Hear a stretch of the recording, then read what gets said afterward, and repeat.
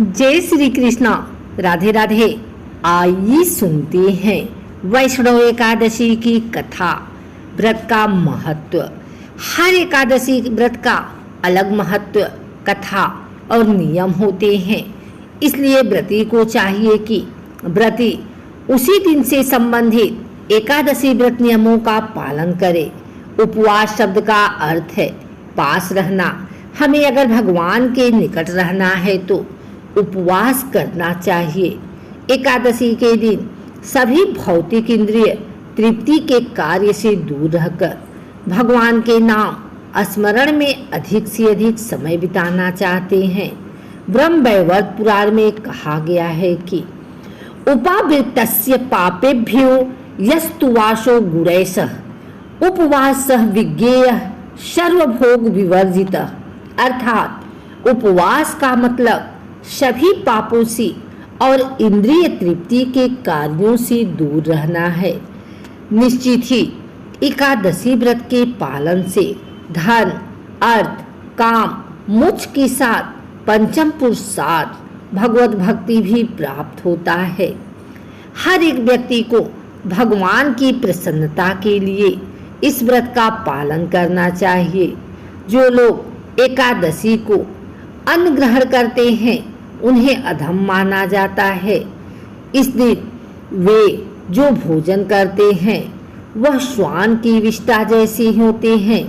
एकादशी के दिन पाप पुरुष अन्न में वास करता है, इसलिए अन्न ग्रहण नहीं करना चाहिए।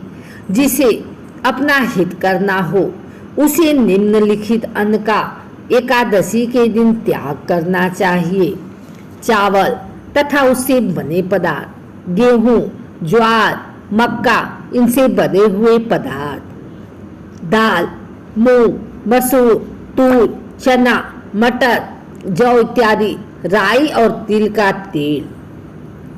आइए सुनते हैं वैष्णव एकादशी व्रत महात्म्य कथा।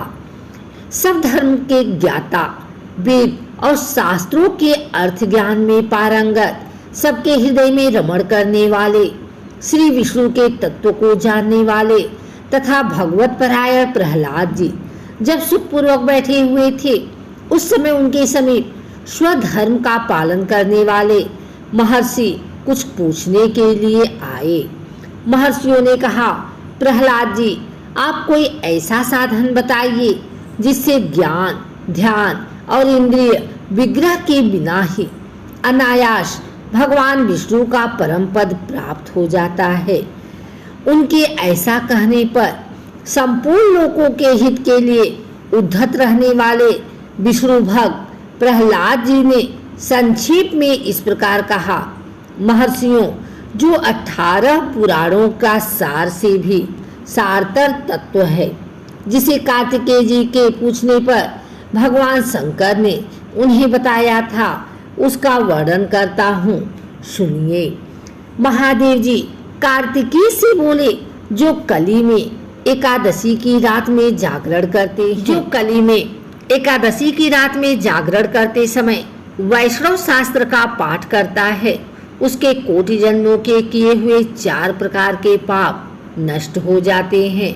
जो एकादशी के दिन वैष्णव शाखा का उपदेश करता है उसे मेरा भक्त जानना चाहिए। जिसे एकादशी के जागरण में निद्रा नहीं आती तथा जो उत्साह पूर्वक नाचता है और गाता है, यह मेरा विशेष भक्त है। मैं उसे उत्तम ज्ञान देता हूँ और भगवान विष्णु मोक्ष प्रदान करते हैं। अतः मेरे भक्त को विशेष रूप से जागरण करना चाहिए। जो भगवान विष्णु से बैर करते हैं उन्हें पाखंडी जानना चाहिए। जो एकादशी को जागरण करते और गाते हैं उन्हें आधे निमेष में अग्निष्टोम तथा अतिरात्र यज्ञ के समान फल प्राप्त होता है। जो रात्रि जागरण में बारंबार भगवान विष्णु के मुखारविंद का दर्शन करते हैं उनको भी यही फल प्राप्त होता है। जो मानव द्वादशी तिथि को भगवान विष्णु के आगे जागरण करते हैं वे यमराज के पास से मुक्त हो जाते हैं। जो द्वादशी को जागरण करते समय गीता साहस से मनोविनोद करते हैं वे भी यमराज के बंधन से मुक्त हो जाते हैं। जो प्राण त्याग हो जाने पर भी द्वादशी का जागरण नहीं छोड़ते वे धन्य और पुण्यात्मा हैं। जिनके बस के लोग एकादशी की रात में जागरण करते हैं वे ही धन्य हैं।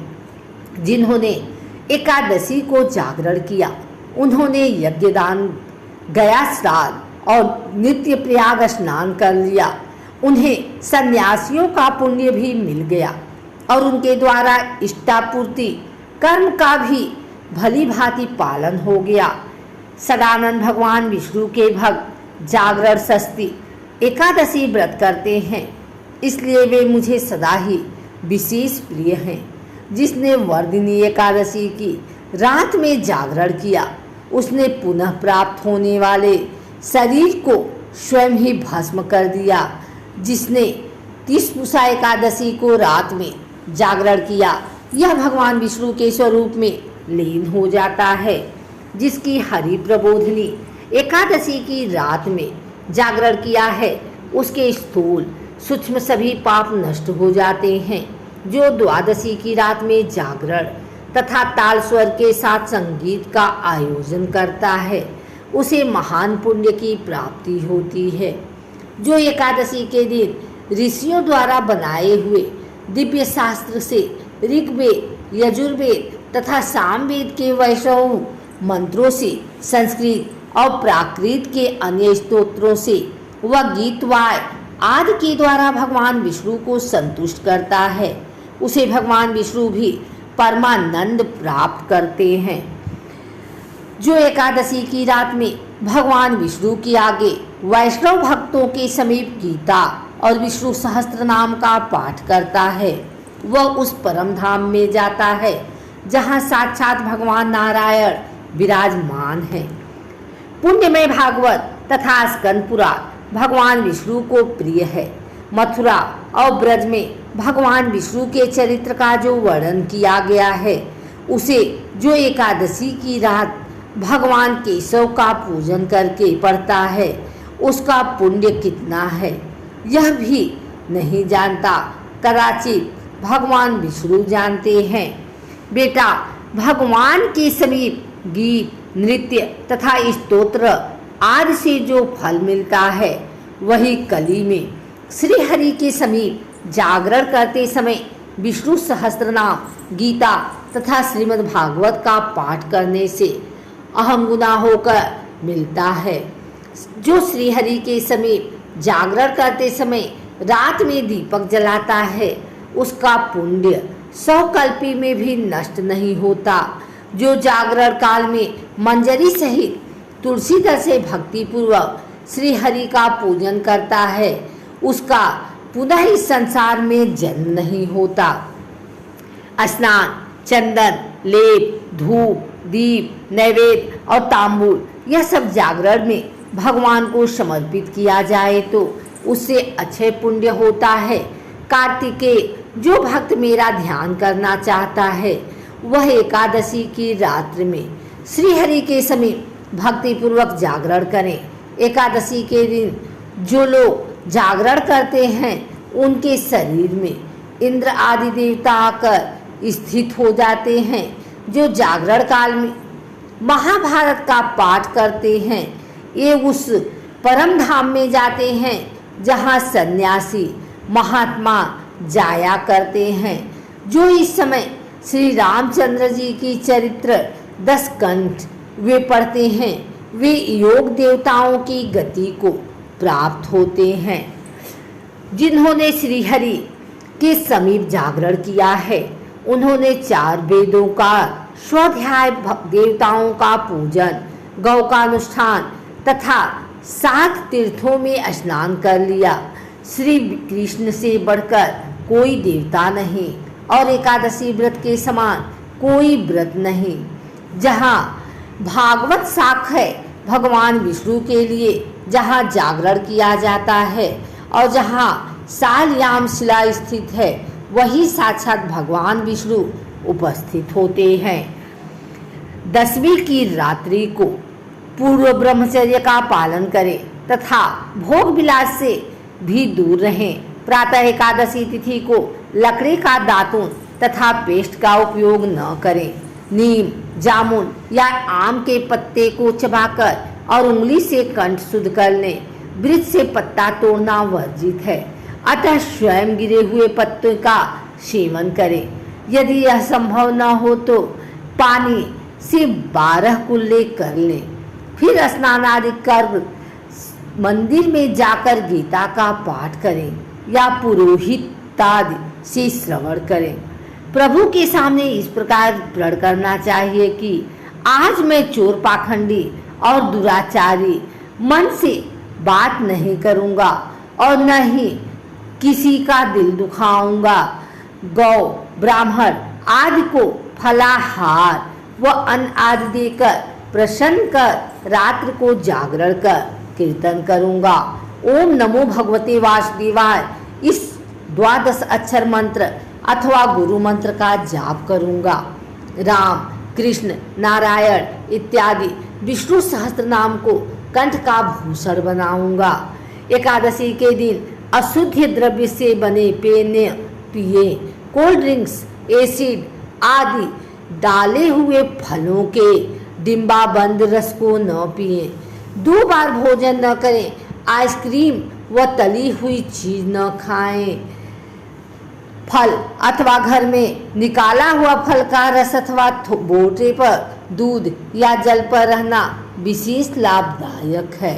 व्रत के 10वीं एकादशी और द्वादशी इन तीनों दिन में काशी के बर्तन, मांस, प्याज, लहसुन, मसूर, उड़द, चने, कोदो, एक प्रकार का धन, साग, शहद, तेल और अत्याम्युपान, अधिक जल का सेवन, इनका सेवन न करें। व्रत के पहले दिन और दूसरे दिन द्वादशी को हविष्यान्न जो गेहूँ, मूंग, शोधा नमक, काली मिर्च, सकरा और गौधृत आदि का 1 बार भोजन करें। फलाहारी को गोभी, गाजर, सलजम, पालक, कुल्फा साग इत्यादि सेवन नहीं करना चाहिए। अंगूर, केला, बादाम, पिस्ता इत्यादि अमृत फलों का सेवन करना चाहिए। जुआन, निद्रा, पान, पराई निंदा, चुगली, चोरी, हिंसा, मैथुन, क्रोध तथा झूठ, कपटादि अन्य कुकर्म में नितांत दूर रहना चाहिए। बैल की पीठ पर सवारी न करें।